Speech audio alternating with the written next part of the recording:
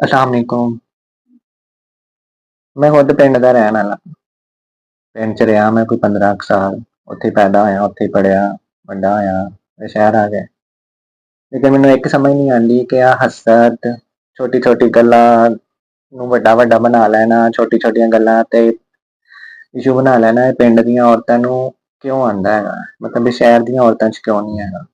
ਛੋਟੀ ਜਿਹੀ ਐਗਜ਼ਾਮਪਲ ਲਿਆਵਾਂ।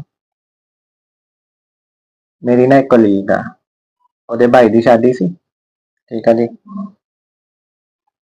ਉਹਦੀ ਸਿਸਟਰ ਦੀ ਸ਼ਾਦੀ ਹੋ ਗਈ ਹੋਈ।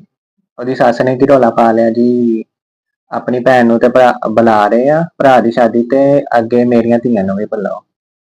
ਠੀਕ ਆ, ਉਹਨਾਂ ਨੇ ਕਿਹਾ ਜਿੱਦਾਂ ਵੀ ਕਰਕੇ ਕੋੜਾ ਕੁੱਟ ਭਰ ਕੇ ਬੁਲਾ ਲਿਆ। ਅੱਗੇ ਧੀਆਂ ਨੂੰ ਵੀ ਬੁਲਾਓ। ਧੀਆਂ ਨੂੰ ਬੁਲਾਉਣਾ ਸ਼ੁਰੂ ਕੀਤਾ, ਇੱਕ ਨੂੰ ਬੁਲਾਇਆ, ਦੂਜੀ ਨੂੰ ਵੀ ਬੁਲਾਇਆ। ਕਾਰਡ ਕਿਹਨਾਂ ਦੇ ਨਾਂ ਤੇ ਭੇਜੇ ਜੀ? ਉਹਨਾਂ ਦੇ ਬੰਦਿਆਂ ਦੇ ਨਾਂ ਤੇ। ਜ਼ਾਹਰੀ ਗੱਲ ਆ, ਬੰਦਾ ਹੀ ਹੁੰਦਾ ਵਾ। ਅੱਗੇ ਉਸੇ ਖਾਨਦਾਨ ਦਾ ਉਸੇ ਧੀ ਦੇ ਸਹੁਰਿਆਂ ਨੇ ਪਤਾ ਕੀ ਰੌਲਾ ਪਾਇਆ, ਅਖੇ ਜੀ ਸਾਡੇ ਮੁੰਡੇ ਦੇ ਨਾਂ ਤੇ ਕਾਰਡ ਆਇਆ, ਸਾਡੇ ਨਾਂ ਤੇ ਕਾਰਡ ਨਹੀਂ ਆਇਆ, ਨਾ ਅਸੀਂ ਜਾਣਾ ਨਾ ਅਸੀਂ ਮੁੰਡੇ ਨੂੰ ਜਾਣ ਦੇਣਾ, ਸਾਡੇ ਬਾਕੀ ਮੁੰਡਿਆਂ ਨੂੰ ਵੀ ਬੁਲਾਓ।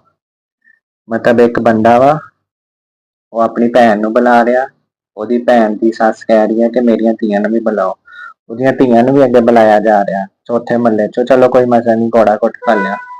ਅੱਗੇ ਉਸੇ ਧੀਆਂ ਦੇ ਅੱਗੇ ਸਹੁਰੇ ਕਹਿਣ ਦੇ ਕਿ ਜੀ ਸਾਡੇ ਸਾਰੇ ਸਾਰੇ ਖਾਨਦਾਨ ਨੂੰ ਬੁਲਾਓ। ਇਹ ਪਿੰਡ ਦੀ ਐਗਜ਼ਾਮਪਲ ਆ। ਇੱਕ ਹੋਰ ਐਗਜ਼ਾਮਪਲ ਦਵਾਂ।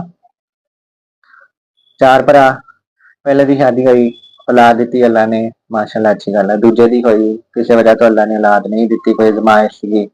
ਐਸਾ ਐਸਾ ਕਰਦੇ ਕਰਦੇ ਤੀਸਰੇ ਦੀ ਵੀ ਸ਼ਾਦੀ ਹੋ ਗਈ। ਤੀਸਰੇ ਦੀ ਸ਼ਾਦੀ ਹੋਈ, ਸਾਲ 2 ਸਾਲ ਗੁਜ਼ਰੇ, ਅੱਲਾ ਨੇ ਉਹਨੂੰ ਔਲਾਦ ਦੇ ਦਿੱਤੀ।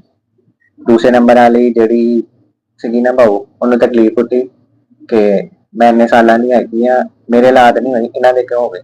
ਚਲੋ ਚਲੋ ਉਠੋ ਉਠੋ, ਇਹਨਾਂ ਦੀ ਬੰਦਸ਼ ਕਰਵਾਈਏ, ਇਹਨਾਂ ਤੇ ਕਾਲਾ ਜਾਦੂ ਕਰਵਾਈਏ, ਇਹਨਾਂ ਦੇ ਅੱਗੇ ਔਲਾਦ ਨਾ ਹੋਵੇ।